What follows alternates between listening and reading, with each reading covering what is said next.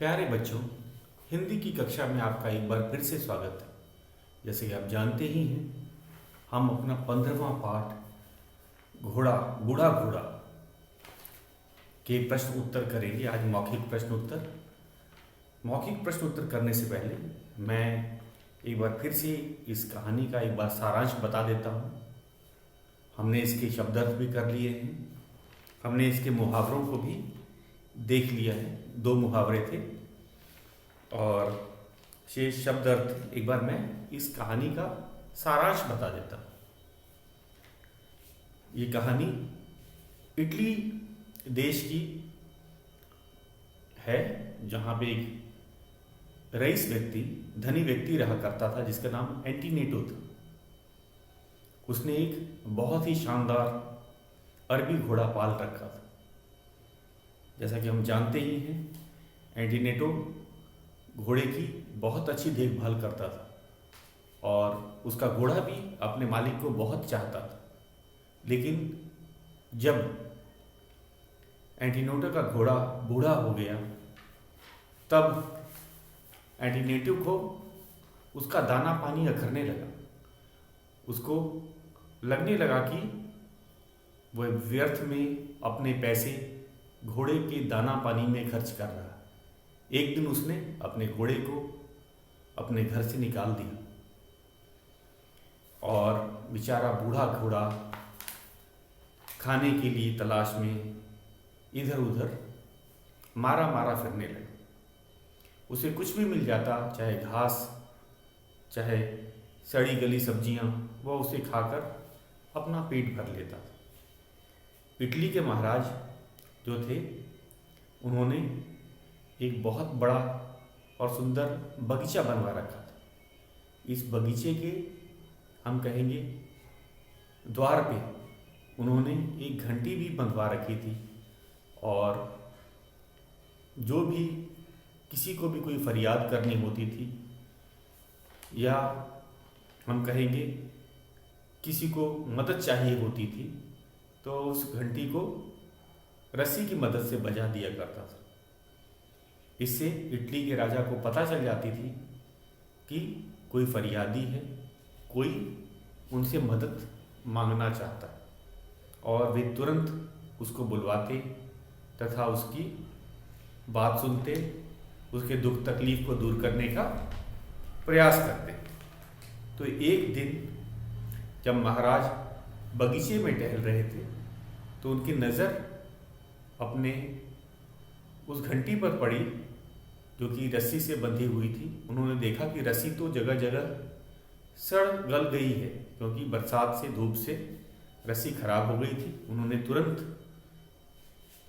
चौकीदार को बुलवाया और कहा कि ये इस रस्सी को बदल दें, क्योंकि रस्सी तो कभी भी टूट सकती है। चौकीदार ने जैसे ही रस्सी खींची और वह रस्सी टूट गई। लेकिन जब वह बाजार लेने गया नई रस्सी, तो उस दिन बाजार बंद था। तो एक दिन के लिए उसने एक जो अपनी बगीचे की जो बड़ी बड़ी लंबी लंबी घासें थी, उनको तोड़कर, उनको बटकर मतलब आपस में मिलाकर उसने घास की एक रस्सी तैयार कर दी। वह जानता था कि बस ये रस्सी केवल एक दिन के लिए है। अगले दिन तो जब बाजार खुलेगा तो नई रस्सी लेके आ जाएगा।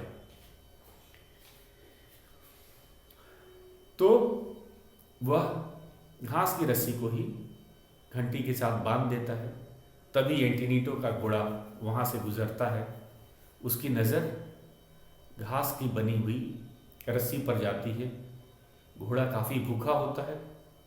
जैसे ही वह घास की रस्सी देखता है, उसके मुंह में पानी आ जाता है, मतलब लालच आ जाना। मुहावरा है, मुंह में पानी आ जाना का अर्थ होता है लालच आ जाना। और वह भूखा तो था ही, वह रस्सी को चबाने लगता है। खाते खाते रस्सी को झटका लग जाता है और घंटी बज जाती है। राजा तुरंत एक सेवक को बाहर भेजते हैं, पता लगाने के लिए कि कौन फरियादी है और किसने घंटी बजाई। तो सेवक उसे बताता है कि एक बूढ़ा घोड़ा है और शायद भूखा है, इस कारण वह जो घास से बनी रस्सी थी उसी को खा गए। इटली के राजा संतुष्ट नहीं होते हैं। वे और भी लोगों को भेजते हैं, सेवक को तुरंत भेजते हैं और कहते हैं जाके पता लगाओ कि ये बूढ़ा घोड़ा किसका है, इसके मालिक का नाम क्या है और ये ऐसे कैसे भटक रहा है। तो सेवक पता करके महाराज को फिर बताता है, इटली के राजा को बताता है कि ये तो एंटीनेटो एक रईस व्यक्ति है, काफ़ी धनी व्यक्ति है, उसका घोड़ा है, घोड़ा बूढ़ा हो गया है, इसलिए उसने इसे अपने काम का न समझा और उसे अपने घर से बाहर निकाल दिया। राजा तुरंत एंटीनेटो को बुलवाता है और उससे पूछता है कि उसने ऐसा काम क्यों किया। एंटीनेटो बहुत ही स्वार्थी होता है, वह बोल देता है कि ये घोड़ा मेरे किसी काम का नहीं था, ये बूढ़ा हो गया है, इसीलिए मैं इसको रख करके क्या करूँगा, इसलिए मैंने इसे निकाल दिया है। राजा काफ़ी क्रोधित होता है, लेकिन अपने क्रोध को शांत करते हुए वह उसे बताता है कि कल तुम बूढ़े हो जाओगे तो तुम्हारे बाल बच्चे भी तुम्हें अगर निकाल देंगे तो तुम्हें कैसा लगेगा। तो यह बात सुनकर एंटीनेटो को अपनी गलती का एहसास हो जाता है, वो समझ जाता है, उसका सर शर्म से झुक भी जाता है। वह राजा से माफ़ी मांगता है और अपने घोड़े को लेकर अपने घर ले आता है और फिर उसकी भली प्रकार से देखभाल करने लगता है। तो बच्चों, ये था हमारा पाठ बूढ़ा घोड़ा। इस पाठ से हमें क्या सीख मिली कि हमें अपने किसी भी पालतू जानवर को अगर वह बूढ़ा हो जाता है तो उसे घर से बाहर नहीं निकालना चाहिए। उसने पूरी ज़िंदगी तो आपकी सेवा की है। हमने देखा है बहुत से लोग, जब कोई कुत्ता होता है या गाय होती है, जब अगर गाय दूध देना बंद कर देती है, बूढ़ी हो जाती है, कुत्ता भी बूढ़ा हो जाता है, शायद रखवाली नहीं कर पाता है, तो लोग उसे निकाल देते हैं। ये बहुत गलत बात है। तो इस पाठ से हमें यही सीख मिलती है कि हमें भी उसका साथ अंतिम समय तक देना चाहिए, क्योंकि उसने अपना पूरा जीवन हमारे सेवा में बिता दिया। तो यही बात एंटीनेटो को पाठ के अंत में समझ आ जाती है कि उसने अपने घोड़े को निकाल करके बहुत बड़ी गलती की थी। तो ये था हमारा पाठ का सारांश।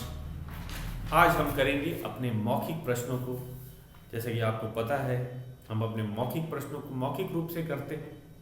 तो शुरू करते हैं अपने मौखिक प्रश्न। मौखिक प्रश्न है मौखिक। हमारा पहला प्रश्न है,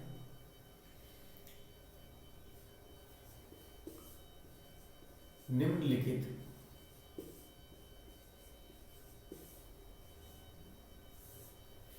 प्रश्नों के उत्तर दो।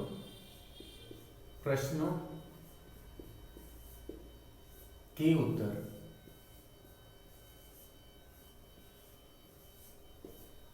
दो।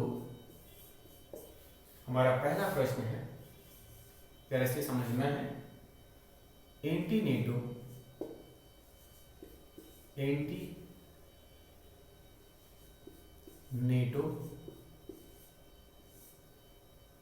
ने घोड़े को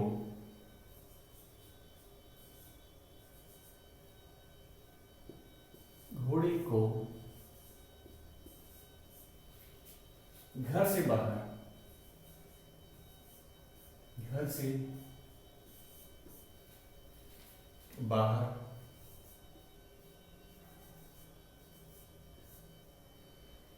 क्यों निकाल दिया? क्यों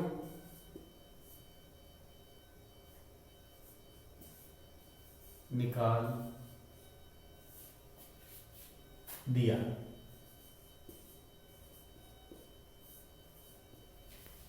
तो हमने देखा एंटीनेटो ने घोड़े को घर से बाहर क्यों निकाल दिया। कारण क्या था कि घोड़ा बूढ़ा हो गया था। पहला कारण क्या था इसका कि एंटीनेटो का घोड़ा बूढ़ा हो गया था, अब वह उसके काम का नहीं रहा था, क्योंकि बूढ़ा घोड़ा कमज़ोर हो जाता है, वह अपने मालिक को अपने पीठ पे बिठाकर दूर तक लंबी सवारी नहीं करवा सकता। तो एक यही कारण था। और दूसरा कारण था, एक तो पहला कारण हो गया कि घोड़ा बूढ़ा हो गया था, अब एंटीनेटो के काम का वह नहीं था, क्योंकि वह एंटीनेटो को लंबी दौड़ या लंबी सैर नहीं करवा सकता था। जब कोई पशु बूढ़ा हो जाता है तो कमज़ोर भी हो जाता है।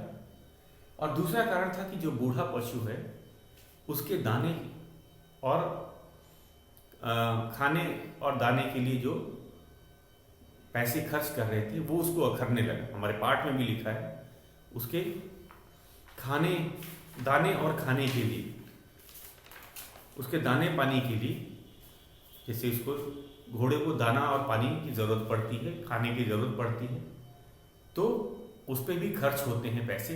वो एंटीनेटो को अखरने लगा। अखरने का अर्थ होता है बुरा लगने लगा।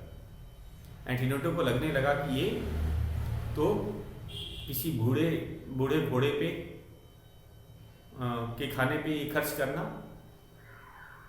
व्यर्थ है, पैसे की बर्बादी है।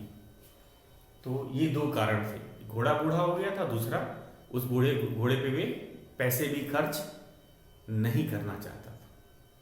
तो हमने ये देखा दो कारण थे। तो इन दो कारणों के कारण से ही एंटीनेटो ने अपने घोड़े को घर से बाहर निकाला था। तो अब इसका आ जाते हैं, संक्षेप में हम कैसे उत्तर देंगे।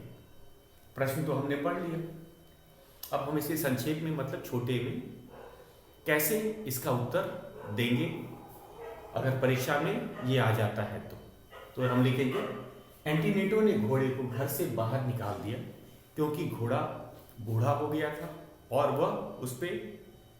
वह उसके दाना पानी पे खर्च नहीं करना चाहता था।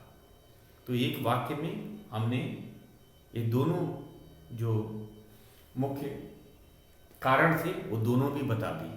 तो एक बार फिर से देखते हैं, एंटीनेटो ने घोड़े को घर से बाहर क्यों निकाल दिया।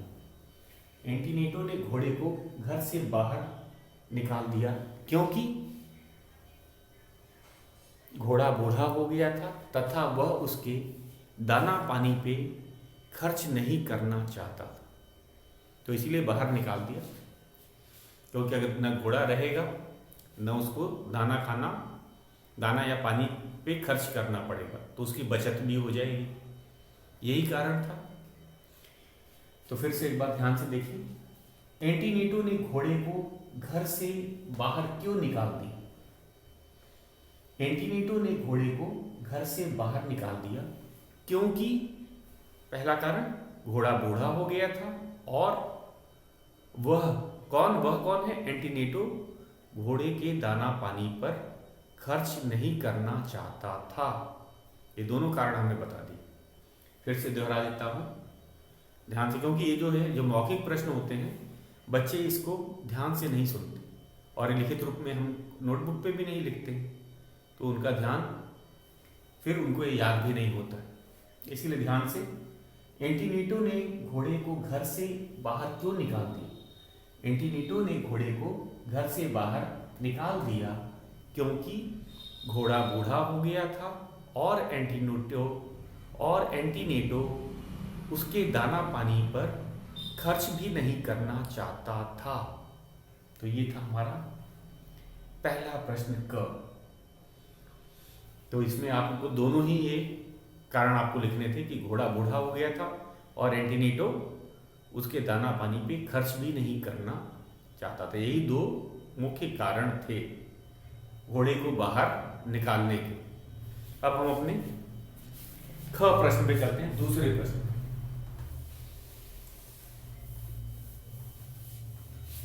हमारा ख प्रश्न है, महल के बगीचे के द्वार पर, ख है प्रश्न को पहले ध्यान से पढ़ना है। महल के बगीचे के द्वार पर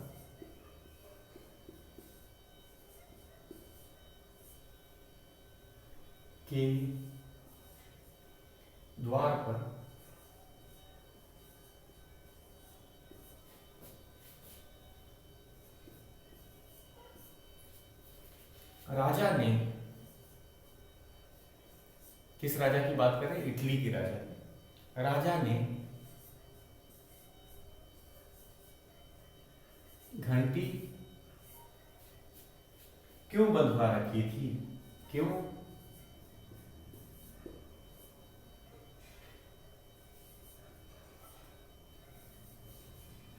बंधवा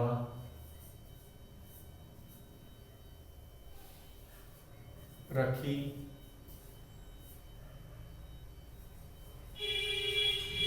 थी?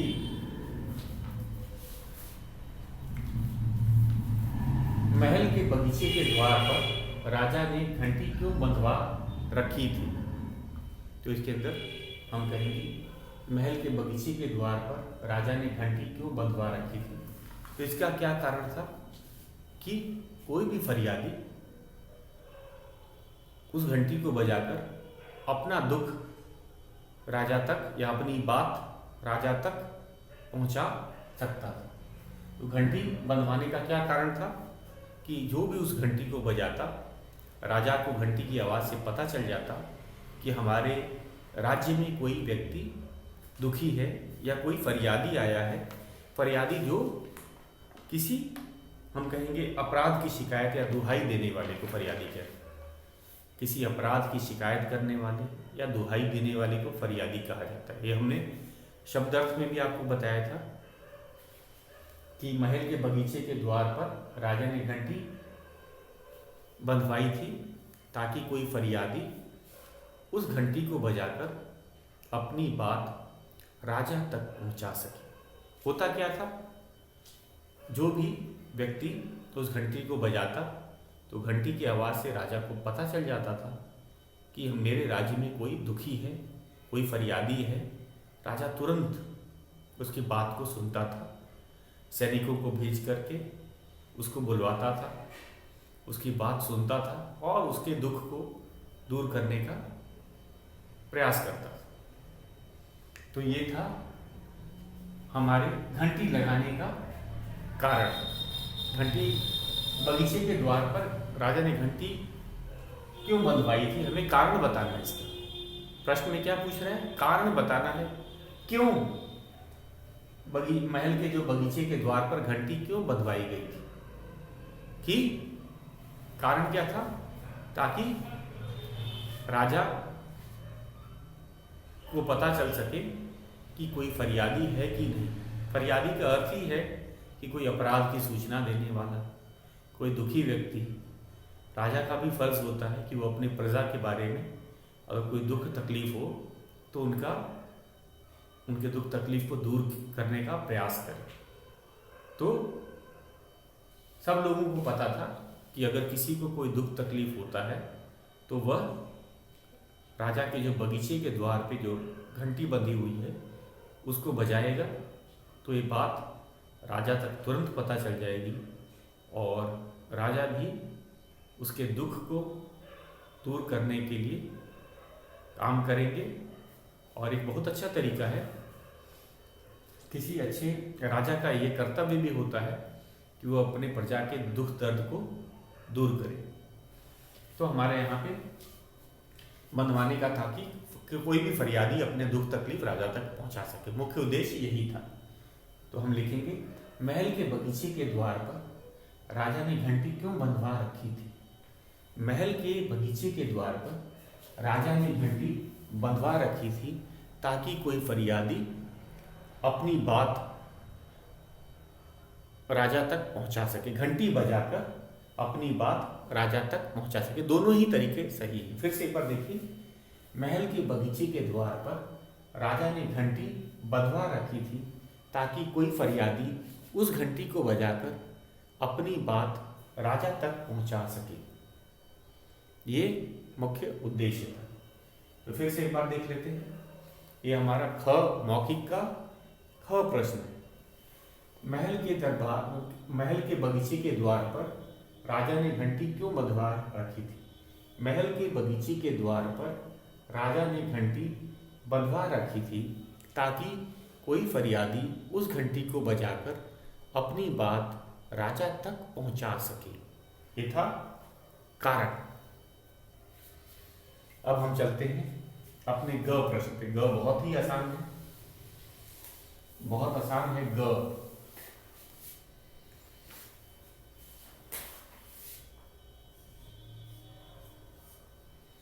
चौकीदार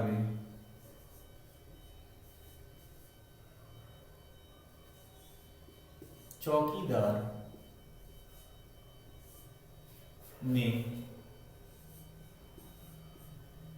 घास की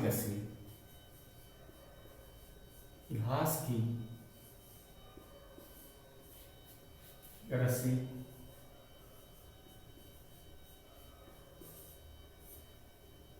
क्यों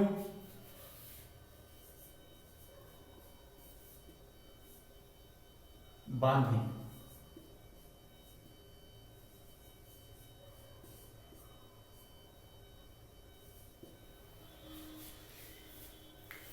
हमने देखा था कि जो पहले वाली रस्सी थी पुरानी, इसमें घास की रस्सी की क्यों बांधने की जरूरत पड़ी। हमने पाठ में देखा था कि जो पहले वाली रस्सी थी वो सड़ गल गई थी बरसात के कारण, धूप के कारण, और राजा ने ये खुद देखा था कि पहले की रस्सी जो थी वो सड़ गल गई थी, इसीलिए उसने चौकीदार को रस्सी बदलने के लिए कहा था। और जैसे ही रस्सी बदलने के लिए चौकीदार ने रस्सी को पकड़ा, वो रस्सी भी टूट गई थी। वो रस्सी इतनी कमजोर थी कि वह टूट गई थी। तो और लेकिन जब चौकीदार नई रस्सी लेने बाजार गया तो बाजार भी बंद था।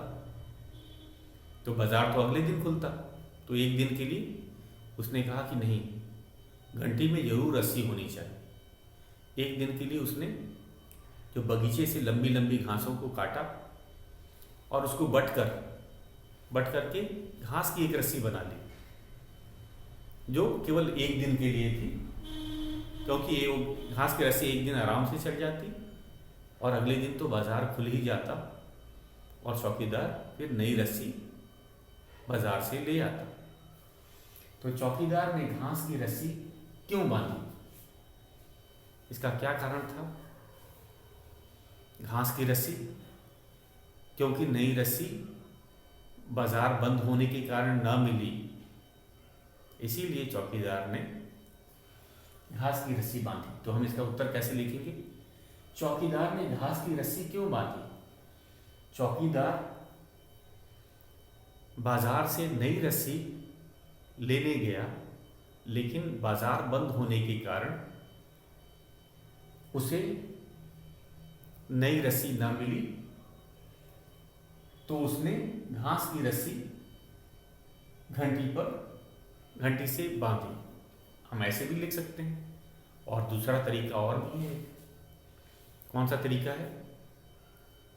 बाजार बंद होने के कारण नई रस्सी न मिलने पर चौकीदार ने घास की रस्सी से घंटी को बांधा।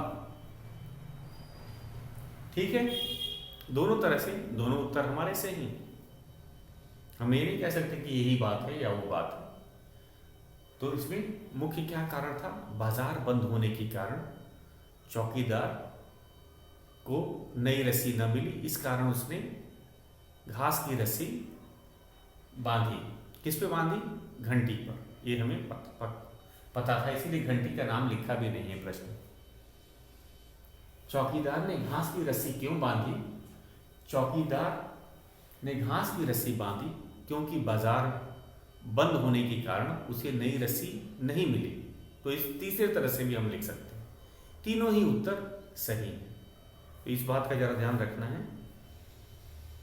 कि हमें अपने शब्दों में उत्तर लिखना है, और वाक्य सरल होना चाहिए, बहुत बड़ा नहीं होना चाहिए। हमें सरल शब्दों का, आसान शब्दों का प्रयोग करना चाहिए। वाक्य बहुत लंबा भी नहीं होना चाहिए।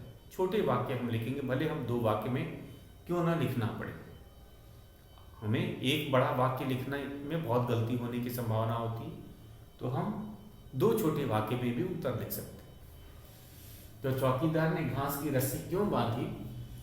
चौकीदार बाजार से नई रस्सी लेने गया, परंतु बाजार बंद होने के कारण उसे रस्सी न मिली, इसलिए उसने घास की रस्सी बांधी।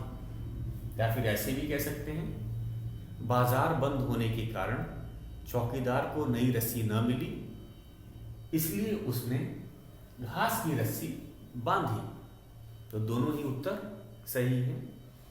और अब हम चलते हैं अपने घ प्रश्न पे। घ तो मौखिक के हमने 3 प्रश्न कर लिए, ये हमारा चौथा और अंतिम प्रश्न है घ।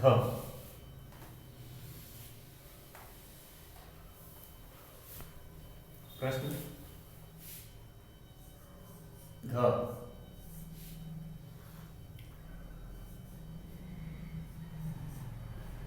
राजा ने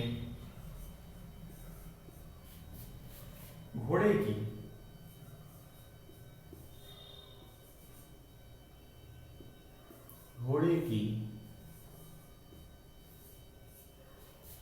क्या मदद की? क्या मदद की?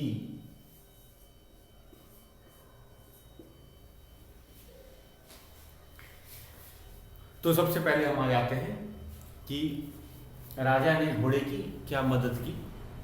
तो जब घोड़े ने घास की रस्सी चबा के खाई तो घंटी भी बज गई, ये सबको पता ही है। राजा को भी पता चल गया कि कोई भाई फरियादी आया है, घंटी बज गई है।